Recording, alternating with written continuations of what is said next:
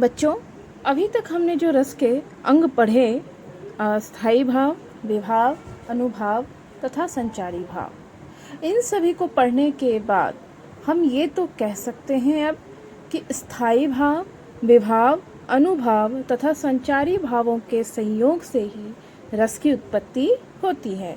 रस की परिभाषा की तरफ चलें तो हमने पढ़ा था कि जिससे भी हमें दैनिक जीवन में जब भी हमें किसी को देखकर, सुनकर या किसी की रचना पढ़कर आनंद की अनुभूति होती है तो हम उसे रस कहते हैं, कहा था। अब ये आनंद की अनुभूति क्या है? आनंद की अनुभूति से मतलब ये नहीं कि सिर्फ मज़ा ही और खुशी ही मिलेगी। जो भी आप अनुभव करते हैं उसके पश्चात उसे हम रस कहते हैं। तो अब यहाँ पर आप उसके डिटेल में जाइए। अब हम ये आपको कह सकते हैं ये सभी पढ़ने के बाद कि जब किसी व्यक्ति को विभाव के कारण उसके भीतर स्थायी भाव उत्पन्न हो जाए, कह सकते हैं ना, जब किसी व्यक्ति में किसी विभाव के कारण स्थायी भाव उत्पन्न हो जाए और स्थायी भाव उत्पन्न होने के पश्चात अनुभाव प्रकट हो, अनुभाव की प्रवृत्ति आ जाए और बीच बीच में संचारी भाव भी आ जाए, उस पूरी प्रक्रिया के पश्चात जो प्राप्त होता है उसे हम रस कहते हैं, कह सकते हैं ना। अगर पारिभाषिक शब्दों का प्रयोग करके हम यह बताना चाहें तो, अगर आसान शब्दों में समझने की कोशिश करें तो, जब व्यक्ति को किसी भी वस्तु को देखकर, वस्तु को देखना, वो वस्तु यानी विभाव को देखकर किसी तरह की भावनाएं उत्पन्न हो जाए, भावना उत्पन्न होना यानी स्थायी भाव उत्पन्न हो जाए, तथा उसके पश्चात उसके भीतर जो भी प्रवृत्ति उत्पन्न हो या क्रियाएं वो करे यानी अनुभाव हो जाए, या फिर बीच बीच में कोई दूसरे भाव उत्पन्न हो जाए यानी संचारी भाव, तो इन सब से ही रस की उत्पत्ति होती है। ठीक है ना, समझ में आई बात? बच्चों, यहाँ पर ये ज़रूर ध्यान देंगे कि किसी व्यक्ति में किसी भावना का जग जाना ही रस नहीं होता। ठीक है ना, आप कंफ्यूज नहीं होंगे। जैसे किसी व्यक्ति में, हमने ज़्यादातर उदाहरण क्रोध के किए हैं, प्रेम का भी कर सकते थे।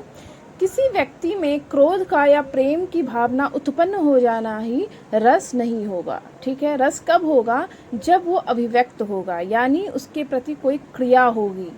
ठीक है, क्रिया होने का मतलब यह नहीं कि वो सारा काम कर ही ले।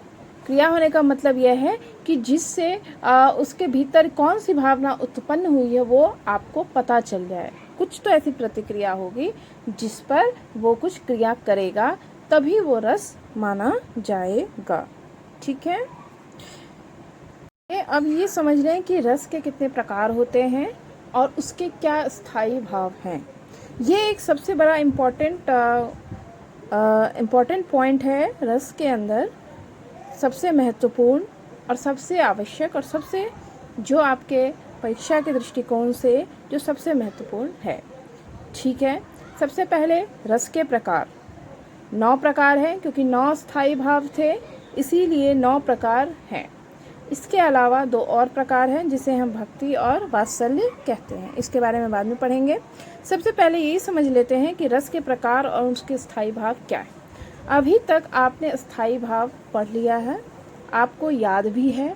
तो जो स्थायी भाव आपके अंदर उत्पन्न होता है वो कौन सा रस बनाता है।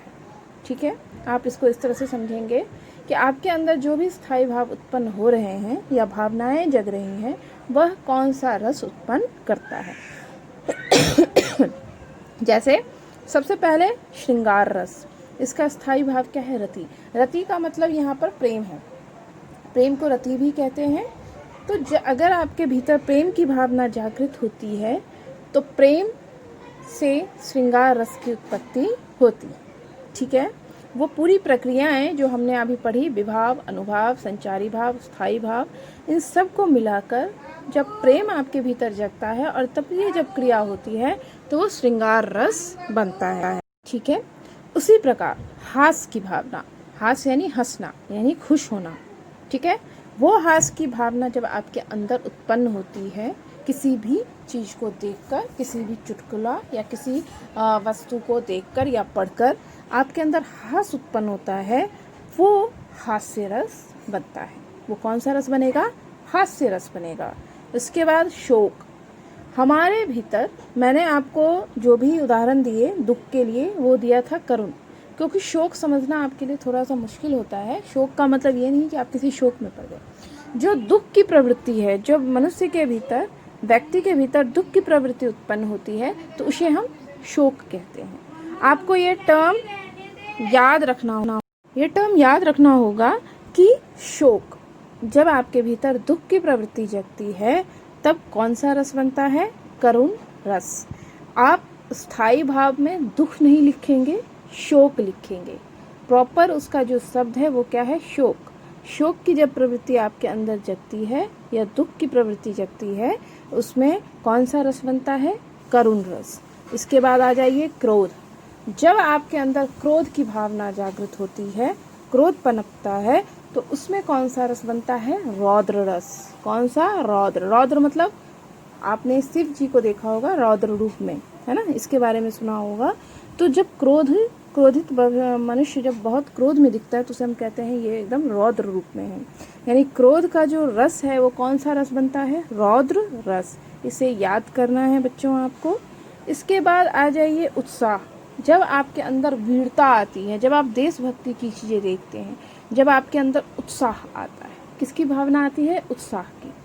सही शब्दों का प्रयोग करेंगे। इससे पहले मैं सिर्फ आपको समझाने के लिए अलग अलग तरह के शब्दों का प्रयोग कर रही थी, लेकिन अब आप प्रॉपर उसी शब्द का प्रयोग करेंगे जो कि होना चाहिए। जैसे जब आप देशभक्ति के गाने सुनते हैं, जब आप देशभक्ति की कोई फिल्म टीवी पर देखते हैं, तो आपके अंदर वीरता की भावना नहीं जागती, उत्साह की भावना जागती है। ठीक है ना? उत्साह यानी कुछ करना है, आपके अंदर जोश होता है, जोश आता है। ठीक है, आप उसको क्या कहेंगे? उत्साह की भावना। और उत्साह की भावना से कौन सा रस बनता है? वीर रस। कौन सा रस बनता है? वीर रस। इसके बाद आ जाइए भय। भय यानी डर। भय यानी डर। जब आपके भीतर भय की भावना प्रवृत्त होती है, किसी डरावनी वस्तु को देखकर, किसी डरावनी फिल्म को देखकर, किसी डरावनी कहानी को पढ़कर आपके अंदर भय उत्पन्न होता है, तो कौन सा रस बनेगा? भयानक रस। ठीक है, इसके बाद आ जाइए घृणा, जुगुप्सा।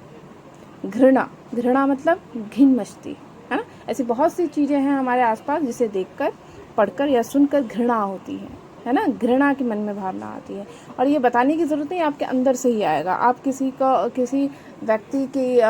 व्यक्ति का कुछ ऐसी चीज़ देख लें जो आपको नहीं देखना चाहिए, यानी किसी मरे हुए व्यक्ति को देख ले या किसी का कोई अंग कटा हुआ देख ले, तो आपके अंदर घृणा, घिन मचती है ना।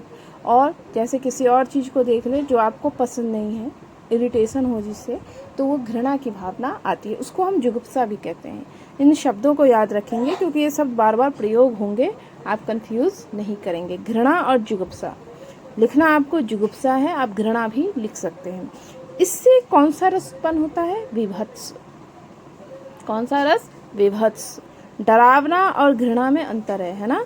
तो विभत्स रस यानी बहुत घृणित, है ना, उसको हम विभत्स रस कहते हैं, और इसे याद रखेंगे। ये आता है एग्जाम में, आपसे पूछा भी जाता है, बच्चे बताइए इस स्थायी भाव का कौन सा रस होता है, इस रस का कौन सा स्थायी भाव होगा।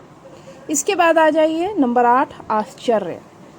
ठीक है, आश्चर्य यानी जिसे देखकर आपको आश्चर्य हो जाए, है ना, अचंभा हो जाए, आप सरप्राइज हो जाएं, वो आश्चर्य। ठीक है ना। इसके लिए कौन सा रस बनेगा? अद्भुत रस। अद्भुत, है ना। आप कहते हैं ना, कोई भी चीज़ मान लीजिए, फॉर एग्जांपल मैं दे देती हूँ, आप किसी को एक्सपेक्ट नहीं कर रहे, उम्मीद नहीं कर रहे कि आपके घर में कोई व्यक्ति आने वाला है। ठीक है, कोई बहुत बड़ा व्यक्ति, अचानक से घंटी बजती है, आप दरवाज़ा खोलते हैं। जब आप दरवाज़ा खोलते हैं तो सामने देखते हैं किसी ऐसे व्यक्ति को जिसे आप आने की आपको आइडिया ही नहीं था। आप उसको देखकर क्या हो जाते हैं? एकदम आश्चर्य से उसकी तरफ देखने लगते हैं, है ना। तो जब आप उसे आश्चर्य से देखते हैं तो वो आश्चर्य की भावना आपके अंदर प्रवृत्त होती है, और कौन सा रस बनता है? अद्भुत रस। कौन सा रस बनता है? अद्भुत रस। एक और एग्जाम्पल आश्चर्य के लिए दे देती हूँ। कोई बच्चा है जिसको लगता है कि वो एग्ज़ाम में बहुत मुश्किल तरह से पास हो जाएगा, ठीक है, यानी 100 में से 40 या 50 मार्क्स आ जाएंगे, लेकिन जब रिज़ल्ट आता है तो वो देखता है 100 में से 90 आ गए, तो वो क्या हो, उसके आश्चर्य की कोई सीमा तो रहती नहीं। वो अचानक से जब देखता है तब उसके अंदर जो भावना उत्पन्न होती है वो क्या है, आश्चर्य की। और कौन सा रस बनेगा, अद्भुत रस। 9वां निर्वेद, शांत रस। ये बच्चों बहुत उदासीन वाला रस है। निर्वेद मतलब, ये शब्द याद रखेंगे, निर्वेद, निर्वेद का मतलब है जिसमें कोई भी भावना आपके अंदर नहीं आती, इसमें शांत रस उत्पन्न होता है, ठीक है। निर्वेद, उदासीन हो जाना, किसी भी चीज़ से, कोई भी चीज़ आपको अच्छा ही नहीं लगता, ये नकारात्मक नहीं है, लेकिन इसमें आप बिल्कुल शांत हो जाते हैं, आपको किसी भी चीज़ की ज़रूरत नहीं लगती, और ऐसे टाइम आपके लाइफ में आते हैं, ठीक है। इसके अलावा 2 और हैं, एक है वात्सल्य और उसके बाद है भक्ति रस। भक्ति रस जो भक्त का अपने भगवान के साथ होता है, और वात्सल्य माँ बाप का अपने बच्चों के साथ। कुछ बच्चों, ये वात्सल्य और जो भक्ति है, कुछ जो साहित्यकार हैं वो इसे रस का पार्ट मानते हैं, रस के प्रकार मानते हैं, लेकिन कुछ साहित्यकार इसे नहीं मानते हैं। वो कहते हैं वात्सल्य और जो भक्ति रस है वो सभी व्यक्ति में नहीं होता है ना, ये किसी किसी व्यक्ति में जरूर होता है, जो कि भगवान का बहुत बड़ा भक्त हो, उसके अंदर ये भक्ति रस मिलता है, ठीक है, लेकिन ये सबके अंदर हो ये जरूरी नहीं है ना। कोई बहुत बड़ा भक्त है तो ठीक है, सबके हो, उसके अंदर हो सकता है, लेकिन सबके अंदर नहीं होगा। उसी तरह वात्सल्य, जो माँ बाप हैं उसके भीतर जरूर वात्सल्य की भावना अपने बच्चों के प्रति होती है, ठीक है, लेकिन सभी व्यक्तियों के भीतर वात्सल्य की भावना उस तरह से नहीं होती है ना। आप अभी बच्चे हैं, आपके अंदर वात्सल्य की भावना उस प्रकार से नहीं होगी जब तक आप पेरेंट्स नहीं बनते। जब आप पेरेंट बनेंगे तब आपके अंदर वो भावना जागती है, ठीक है। तो इसीलिए कुछ विद्वानों ने, कुछ साहित्यकार ने वात्सल्य और भक्ति रस को इसके प्रकार नहीं माने, ठीक है। कुछ ने वात्सल्य और भक्ति को श्रृंगार रस का ही पार्ट मान लिया है, का ही भाग मान लिया है। तो हम 9 जो मुख्य रस हैं, उसके अलावा ये 2 वात्सल्य और भक्ति भी पढ़ेंगे, जिससे आपको इसके बारे में पता हो। इसके उदाहरण आते हैं, सब कुछ आता है। इसे रस के अंतर्गत कुछ मानते हैं और कुछ नहीं मानते, इसीलिए 2 अतिरिक्त बताकर या जोड़कर हम इसको पढ़ते हैं, ठीक है। बच्चों, इतना तो समझ में आ जाना चाहिए कि ये रस के प्रकार। अब देखिए, श्रृंगार रस, हास्य रस, करुण रस, रौद्र रस, वीर रस, भयानक रस, विभत्स रस, अद्भुत रस, शांत रस, वात्सल्य और भक्ति रस। इन 11 रस, यही रस हैं जो हमारे जीवन में हमारी भावनाओं को बाहर लाने का, अभिव्यक्त करने का जरिया है। आप इसके अलावा कोई भी भावना आपके अंदर नहीं प्रकट होती, यही मुख्य भावनाएं हैं, ठीक है। इसे आप अच्छी तरह से समझ लेंगे, और आज से हम अब यही पढ़ना शुरू करेंगे, एक एक करके सारे रसों को, ठीक है।